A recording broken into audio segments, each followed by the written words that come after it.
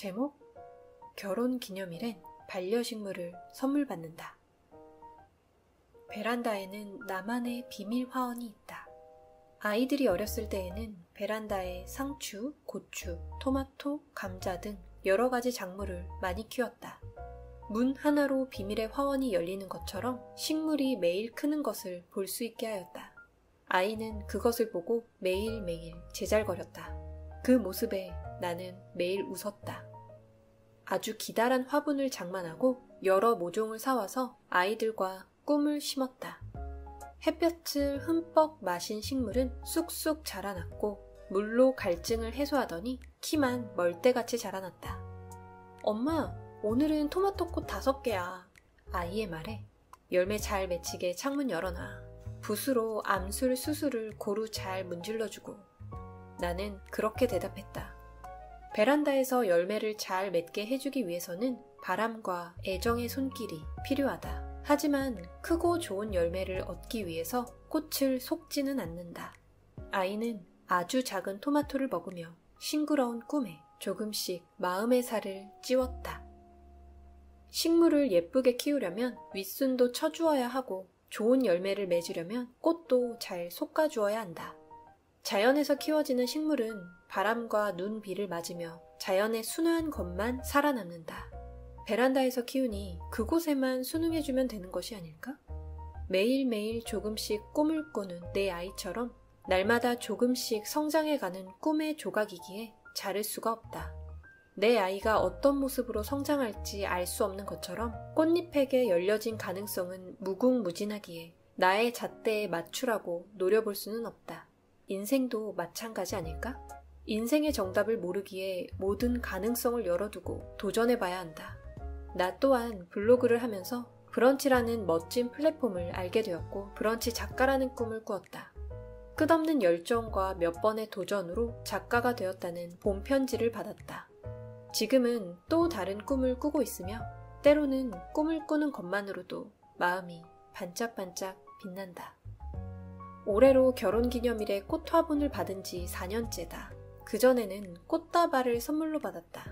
한 주, 2주의 시간이 지나고 버려지는 향이 싫어서 신랑한테 꽃 화분으로 해달라고 하였다.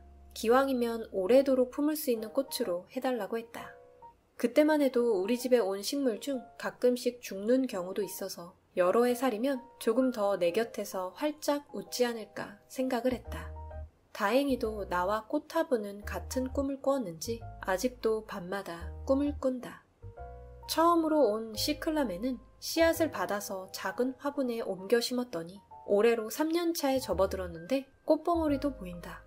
엄마 꽃보다 더 큰 꿈을 꾸지 않을까 생각한다.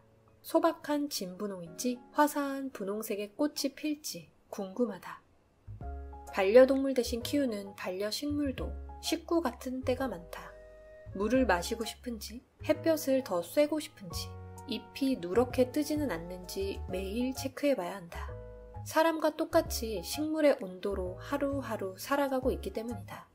내 말 한마디에 상처받을 수 있는 아이처럼 식물에게 물을 주는 나의 손은 오늘도 떨린다. 누군가 꿈을 꾼다면 응원부터 해주어야 할 것 같다. 시인의 꿈을 꾸는 나는 식구들과 이웃들의 따뜻한 응원에 오늘도 열심히 시를 쓴다. 올해는 나의 꿈도 베란다에 심었다. 최근 화분으로 키워지는 프리지아를 받기에 처음으로 화분을 사봤다. 프리지아는 내가 무척이나 좋아하는 꽃이다. 꽃말은 천진난만, 순수한 마음, 당신의 시작을 응원합니다 이다. 봄으로 오는 길목에서 프리지아 한 단을 사면 칙칙했던 겨울의 일상에 향긋한 일상과 새로이 움트는 봄 꿈을 꿀 수가 있기에 좋다. 또 하나 마련한 나의 꿈은 딸기 화분이다. 딸기가 밤마다 꿈을 키워서 열매를 맺는 것도 재미있고 시중에 파는 딸기보다는 연근 꿈의 맛이라 상큼하다. 연근 꿈의 맛에 취하고 싶어서 올해 결혼기념일 선물로 딸기 화분을 사달라고 해서 딸기 화분은 2개나 되었다.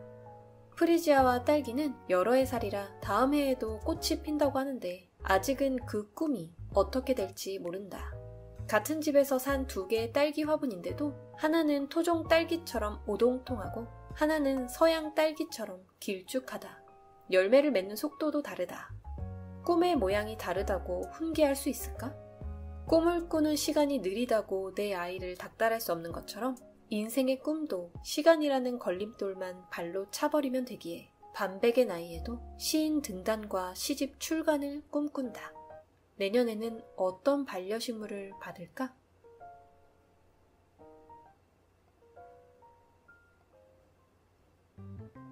반려식물을 키우며 아이들의 꿈은 물론 스스로의 꿈의 성장까지 떠올리신 꼬마마녀 작가님의 풍부한 상상력에 개인적으로는 감탄을 금치 못했는데요. 이렇게 하나의 사물을 보며 어떠한 생각이 떠오르고 그것을 글로 표현해내시는 능력은 꼬마마녀 작가님께서 사물의 감정을 잘 읽을 수 있기 때문이라고 하는데요. 작가님의 다른 글, 왜 시에 서성거릴까에서 작가님은 어렸을 때부터 사물의 감정을 잘 읽으셨다고 말씀해 주셨어요.